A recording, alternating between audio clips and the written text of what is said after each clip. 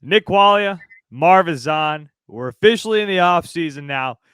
Let's dig up topics to talk about. We don't even have baseball to look forward to.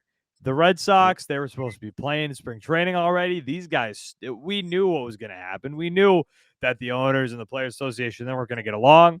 A lot of BS going on. The owner, Rob Manfred, saying, "Oh, it'd be catastrophic if the season doesn't start on time." Turns out the owners actually don't care if the season starts on time. And I saw some kind of breakdown, like if the like historically, I guess I forget who said this, but historically, I guess MLB owners, the teams, they lose the most money in April. It's cold. People don't go to the games. So they won't really care if they miss out on April. But whatever. Besides the fact. Marv, we're going to talk about the way too early Super Bowl future odds. So you haven't looked at these yet, as we wanted. No idea what you're about to tell me. As we wanted. Who do you think is the favorite at plus 750 to win the Super Bowl? I would say the Rams. No, which isn't that weird because like when the Patriots would win the Super Bowl, they'd always immediately be the favorite for the next year. Immediately. All right. If it's not the Rams, it's an AFC team. It's either Kansas City or Buffalo. Well, technically, I guess both.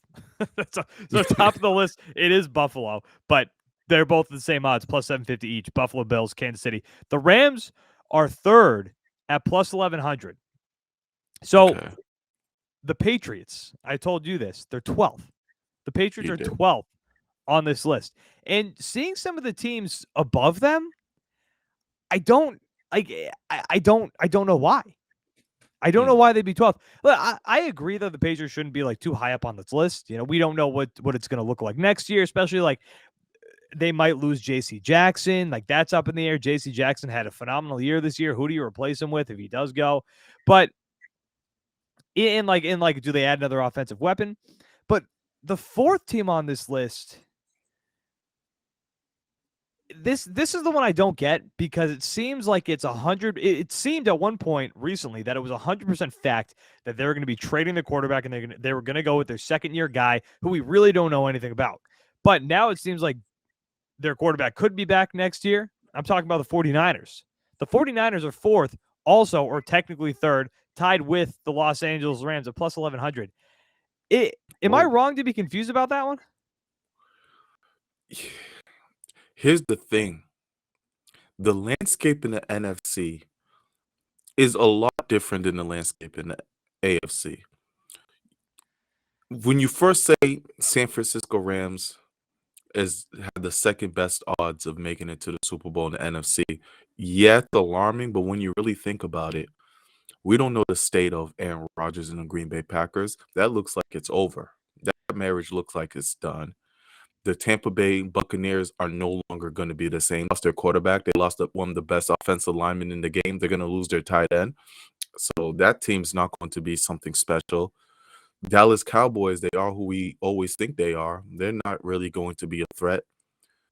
So by process of elimination, it kind of makes sense that the 49ers have a good chance of making it to the Super Bowl due to the fact that the NFC is not as strong as it used to be.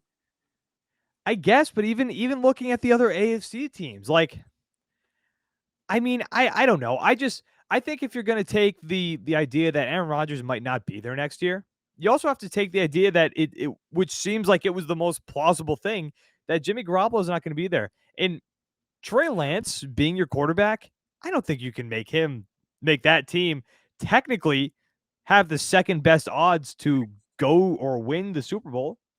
But they've been close with Jimmy Garoppolo twice. Jimmy Garoppolo wins football games.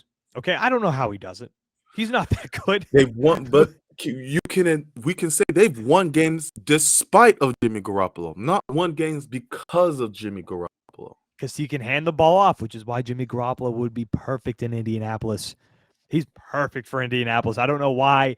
If he ends up being dealt, the Colts, who clearly do not want Carson Wentz anymore, as they shouldn't, they should go get Jimmy Garoppolo. You know that Spider-Man meme? You know that Spider-Man meme when both Spider-Mans are pointing at each other? That's Carson Wentz and Jimmy Garoppolo once they walk by each other. But They just I don't see the Colts getting that much better if they get Jimmy. but Carson Wentz is wild. he Did is you not wild. did you not watch Garoppolo in this playoffs? He's I a did, but wild dude. Carson Wentz sprained both ankles at the same time. But Do you know how hard that is? Carson Wentz is that Jaguars game, horrendous. Terrible. And Carson Wentz is he's not a great quarterback, but he didn't turn the ball over a lot this past year. Something that Jimmy Garoppolo he just can't help himself to do in the fourth quarter.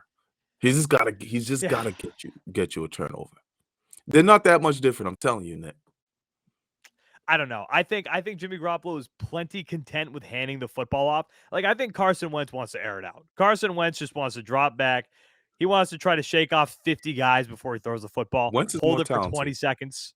Huh? Wentz is more talented. He's one of those weird things where, like, he's more talented, but I think I'd rather take Jimmy Garoppolo on my football team. The thing is, with Jimmy Garoppolo, yes, you can get far, but at some point, the quarterback's got to be a quarterback. You're right. There's only so far as you can get, and when you need it the most, Jimmy just can't do it for you. He almost sabotaged that Dallas Cowboys playoff game. He did everything he could too. He did everything he tried so hard to give Dallas that win. He tried so hard. So and they almost did it. Dallas almost did it. Dallas kicked themselves in the nuts in that one. You know who else is another team that's above the Patriots though? Who? Which confuses me. Like I understand they're a good football team and they have talent around the roster, but they're missing the key component to winning in the NFL, which is a quarterback. It's the Denver Broncos. The Denver Broncos are one spot above the New England Patriots on this list. So or they're they're plus the Denver Broncos are plus 2,200. The Patriots are plus 2,500. And actually, in fact, the Denver Broncos are above the Arizona Cardinals. So these are way too early, obviously, betting on predictions. Way I too will guarantee you if both Patriots roster and the Denver roster looked the exact same come August, Patriots would be easily above the Denver Broncos. Denver Broncos, I think Vegas is betting on a quarterback change. He's betting on potentially Aaron Rodgers, which would shoot that team. Right.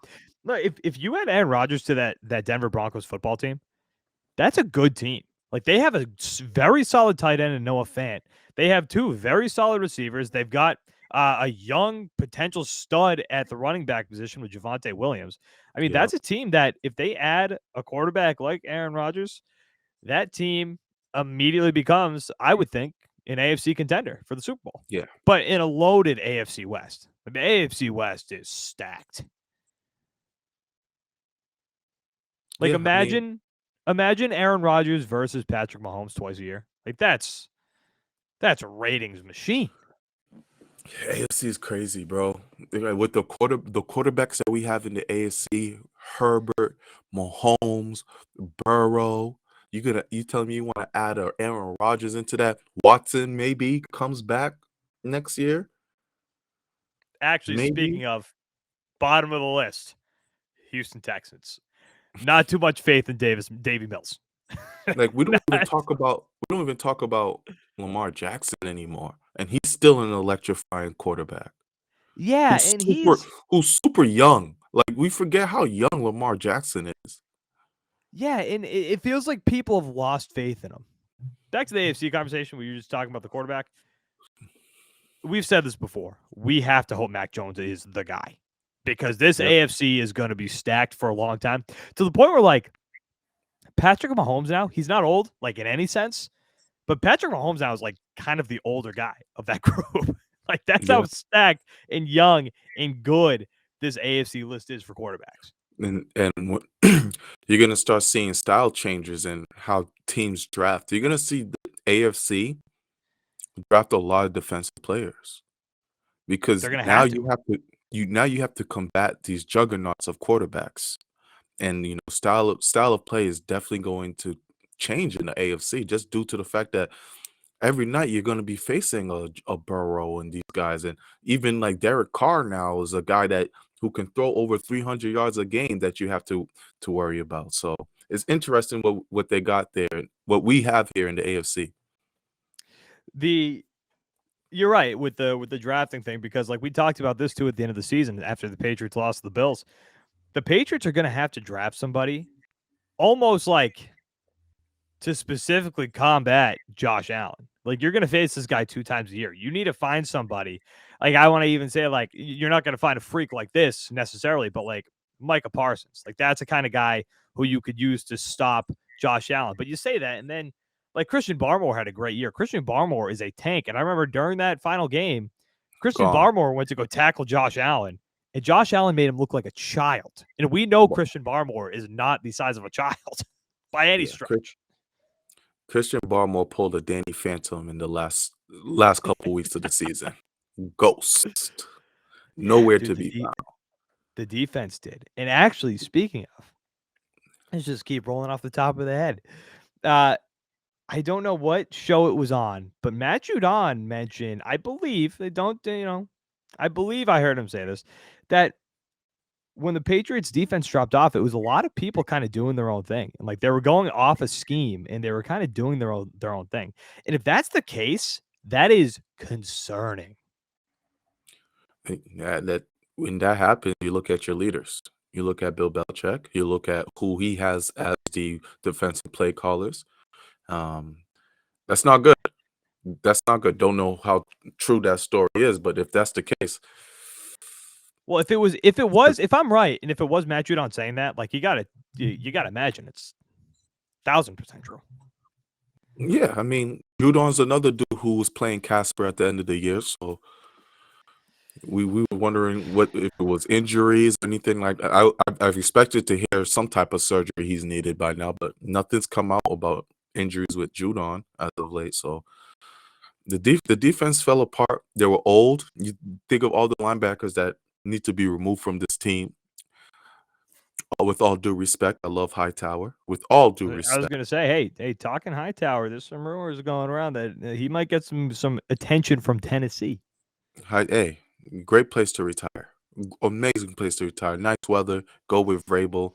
You don't have to play all these. Go, Kyle Van Noy. Thank you for your service. It's time to move on. But then the concerning thing is, the dudes like Bentley, Uche hasn't been healthy. Winovich, Belichick doesn't like. He's one of those dudes who does his own thing. Like, they haven't hit either in that linebacker position. I think Uche has potential. He's shown it. He hasn't been able to stay healthy. Bentley, it was kind of a disappointment this year. It's tough, man. Right now is the time you can't have any misses in these drafts. Right, and with that too, and maybe we could talk more about J.C. Jackson as like, because this week, by the time the show comes out, we're gonna know whether or not he was franchise tagged with the team. I think J.C. Jackson is like, this defense is such a giant question mark right now that you need J.C. Jackson. And I don't know. Do you think they it's? But again, by the time this comes out, we should know, but we will know. Do you think they franchise tag him? Mike and I were talking about it last week, and they have no choice. They have to. They have no choice but to franchise tag J.C. Jackson. Just by all the reasons we laid out earlier in the shows. Look at your competition. Look who you're going to face 2 times a year, possibly 3 times a year in the AFC East. Like, you have to have J.C. Jackson. The thing is, obviously, we know the history with the Patriots. Once you franchise tag a person, they might as well just get a lease for 1 year, because they ain't gonna stay in New England after that year. The history shows it there. So you get J.C. Jackson, and then you start looking at pieces that you can add at the secondary, because it's not great right now. No, it's not. And I just want to say this: every single time that we do question Bill Belichick about stuff like this, though, He turns out to be right. Like, you remember when Malcolm Butler, like that whole thing was going on? Like the Patriots bringing Stephon Gilmore instead of paying Malcolm Butler, and everybody was like, why would you do that? Why wouldn't you just pay Malcolm Butler? And then as it turns out, oh, Malcolm Butler was his career was just about over. So listen, I'm not saying that's going to happen with JC Jackson. I like JC Jackson. As a fan, I would love to see him stay with the Patriots, but I don't know. I'm stupid. I don't know what's going to go on with this guy. I hear that argument with the Malcolm Butler and other players leaving and not becoming anything, but who's to say that they stayed in that system, they wouldn't be fine? Yeah, that's true. And also, just to fight my own argument here, like the Patriots did just bring in Stephon Gilmore. So it's not like they didn't have the Patriots don't have a backup plan. Who's their plan? Jalen Mills? That's the plan? Yeah. I don't know, man. Not a good one. Jalen Mills was never supposed to be even considered as the second corner option. No, he's fine for what he is. Yeah. For what he's supposed to be, he's fine. We thought he was going to be the third corner with a Jonathan Jones at the slot. Now you're talking about Jalen Mills, Gilmore. You're talking about Gilmore at the 1, J.C. Jackson at the 2, Jonathan Jones at the slot, and you have Jalen Mills roaming. Oh my God, yeah, I love it. Jalen Mills started becoming your most dependent corner. Now things get spooky. Yeah, things are looking spooky as we get more into the offseason defensively. They got to figure this out. Like it sucks that it kind of like didn't line up right. Like you have Mac Jones now, and you expect him to get better as he goes on, but you're also at the point now where your defense is aging out. You need to retool this defense and quick. So, is that it? That's it, man. We good? Who were a couple other teams ahead of the Patriots in the betting odds? So I'll read. So Patriots are 12. It went Bills, Chiefs at plus 750 each. Rams, 49ers at plus 1100 each. Bengals, Packers plus 1200 each. Dallas Cowboys plus 1600. Baltimore Ravens, LA Chargers, each at plus 2,000. Denver Broncos at plus 2,200. That's the one that confuses me the most. The Arizona Cardinals at plus 2,500. And then, actually, you know what? There's there's 3 teams at plus 2,500. It's the Cardinals, the Patriots, and the Tennessee Titans. Okay. All right. I'm not too mad. I mean, the Broncos one is funny, but I'm thinking Vegas is just thinking, that the quarterback change. If they don't make a quarterback change, they are dropping. I don't want to say significant, but they're falling down that list. All right. CLNS Media, Patriots Roundtable, Nick Quaglia and Marv Ezhan. We might have Mike back next week. We might have the whole crew back. I don't know. It's been a while. Yeah, every week. Last week I was on vacation. This week Mike is vibing. Mike is living. I don't know exactly what he's doing tonight, but I just know he's vibing. I'm guaranteed he's having a good time. Nick Quaglia, Marv Ezhan. Guys, we will talk to you next week.